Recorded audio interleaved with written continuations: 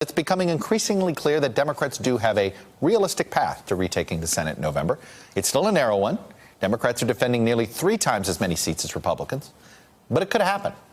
There are 8 toss-up Senate seats this year, according to our friends at the Cook Political Report. 3 are held by Republicans, Arizona, Nevada, and Tennessee. 5 are held by Democrats, Florida, Indiana, Missouri, North Dakota, and West Virginia. To win control of the Senate, Democrats will need to win 7 of these 8 races.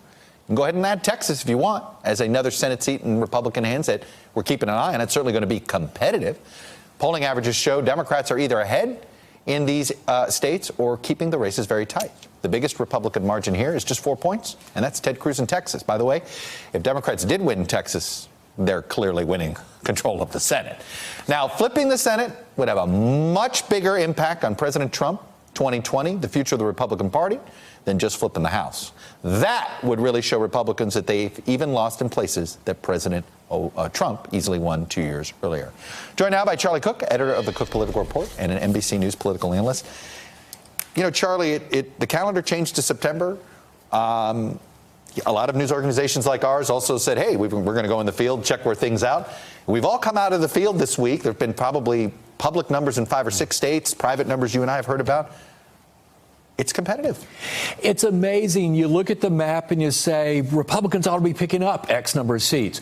But then you look at the political environment, the atmospherics, and you say, gosh, this is a wave. And as I don't want to cheat because you've got a chart coming up. Yeah, no, keep it going. But these toss-ups don't split down the middle. I mean, you have close races, and wherever that last gust of wind. The dominoes tend to go one way. Let me put this up. One party tends to win most of the toss-up seats. You guys have done a lot of this analysis. 2016 in the GOP, 5 of the last 7 toss-ups, 71% to the GOP. We have, in 2014, Republicans won 8 of the 9 toss-ups, so that was an 89% rate. 2012, 8 of 10. You keep going down. Each and every time, it's an 80% trend. 70 to 90%. So we get it the same way. And it doesn't matter whether it's a wave or a non-wave year. Right. And it's just whatever the events of the last few days, or whoever's got a little bit more energy, so they don't split down the middle. And that's what makes me so nervous. If it was just the geography, if it was just the map, sure, that'd be simple. I have always, your Senate editor, Jennifer Duffy, and I have had this riddle where, like, if the Democrats win 40-plus House seats, how do they not win the Senate, right? We've been struggling with that, and yet you look at the geography. Is that, can you imagine a scenario where Democrats won 40 House seats and didn't win the Senate?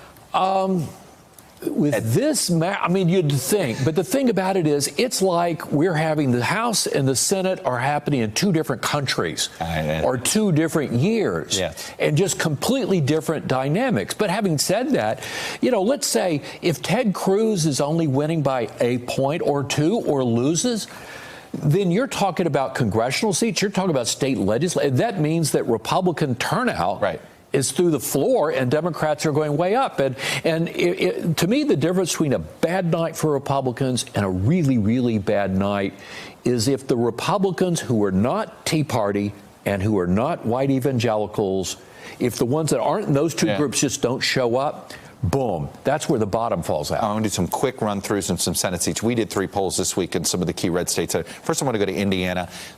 We showed a 6-point lead for Donnelly. This was a pretty Republican poll overall. It showed a generic ballot. And I was waiting for the pushback from Republicans. I didn't get any. There's a lot of concern about Mike Braun, isn't there?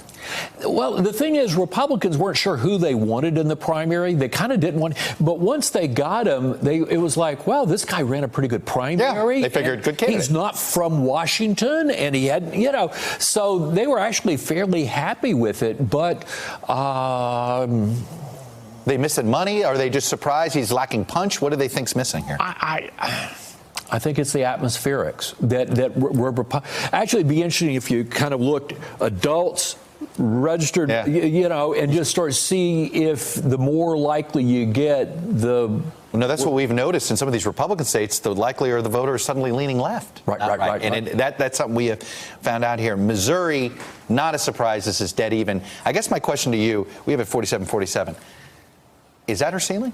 I mean, that's the open question here, right? What is Claire McCaskill's ceiling in a red state like Missouri? Probably. The thing is, early on, there was a lot of disappointment on the Republican side about Josh Hawley. There was this feeling that he was an underperformer. And Republicans would push back a little bit and say, well, no, it was Greitens. And they were kind of sounded like they were using that as an excuse. This was the governor that ended up having to resign. The reality was that probably was the case, and that probably was holding them back. And once that kind of got out of the way, this race tightened on up. Tennessee. You were on Tennessee earlier than most. You thought Phil Bredesen had not lost his juice. Some Republicans had been saying, no, Tennessee's no longer competitive even with Phil Bredesen. He has held up strong. The amazing thing in our poll, it's his personal favorable rating that's propping him up. Yeah. And the thing is, what politicians are that popular still? He had 60-plus favorable rating. Now, Nashville, Nashville's a great story, and he was mayor of Nashville. Tennessee's fiscally pretty. Right, but half the people there weren't there when he was. I mean, no. The thing is, it's a lot of that area has grown so much with new people, but it's the memory or. I mean, and also I think Marsha Blackburn she is going to be an underperformer. A Republican ought to get here. She's going to get here. A Bredesen will get above what a Democrat. And the question is it close enough? Right. And this is my larger question here. When we're looking at the Senate playing field and you look at the Republican recruiting and you look at the Democratic recruiting, it seems as if in almost every race, the Republicans got their second or third choice. And in almost every race, Democrats got their first choice. Maybe. I'm not. I mean, they always feel like they could have done better in West Virginia. They feel like they could have done better in North Dakota. They feel like they could have done better in Tennessee. But I think that it reflected a nervousness about President Trump and a nervousness about how's this going to go. I mean, like to get out there and put yourself forward in a political environment where your gut's telling you this may not end well. So I'm not sure I would blame the recruiters as much as... At the end of the day, it's Trump's environment? Yeah.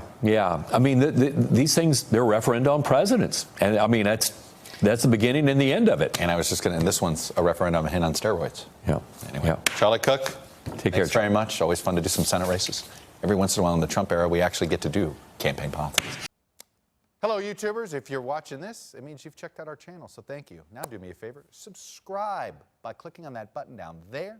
Click on any of the videos to watch the latest interviews and highlights from MTP Daily and MSNBC. You can get more Beat the Press content every morning in the First Read newsletter. If you're tired of content that you don't know anything about where it came from, you don't have to have that problem with us. NBC News, MSNBC, MTP, and the Meet the Press mindset right here for you on YouTube. Subscribe now.